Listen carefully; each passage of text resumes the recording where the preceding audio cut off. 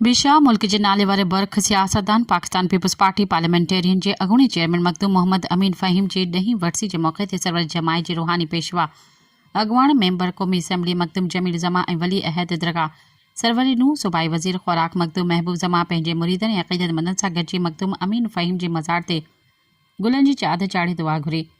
इन मौक़े ते मखदूम जमील ज़मा मीडिया सां ॻाल्हाईंदे चयो त मखदूम अमीन फ़हीम पंहिंजे समूरी हयाती पीपल्स पार्टी सां रहिया ऐं अवाम जी ख़िदमत कई। मखदूम अमीन फ़हीम जे काविशुनि जे करे मखदूम ख़ानदान ऐं सरवर जमायत पीपल्स पार्टी में शामिल थिया। हुन चयो त आऊं हाला मटियारी सिंध जे अवाम समेत सरवर जमायत खे ख़राज मोहब्बत पेश कयां थो जिन असां सां साथ निभायो आहे। हुन चयो त 17वीं तरमीम में अवाम खे को बि नुक़सानु न आहे, कुझु टेक्निकल मसइला आहिनि जिन खे हल कयो वियो आहे।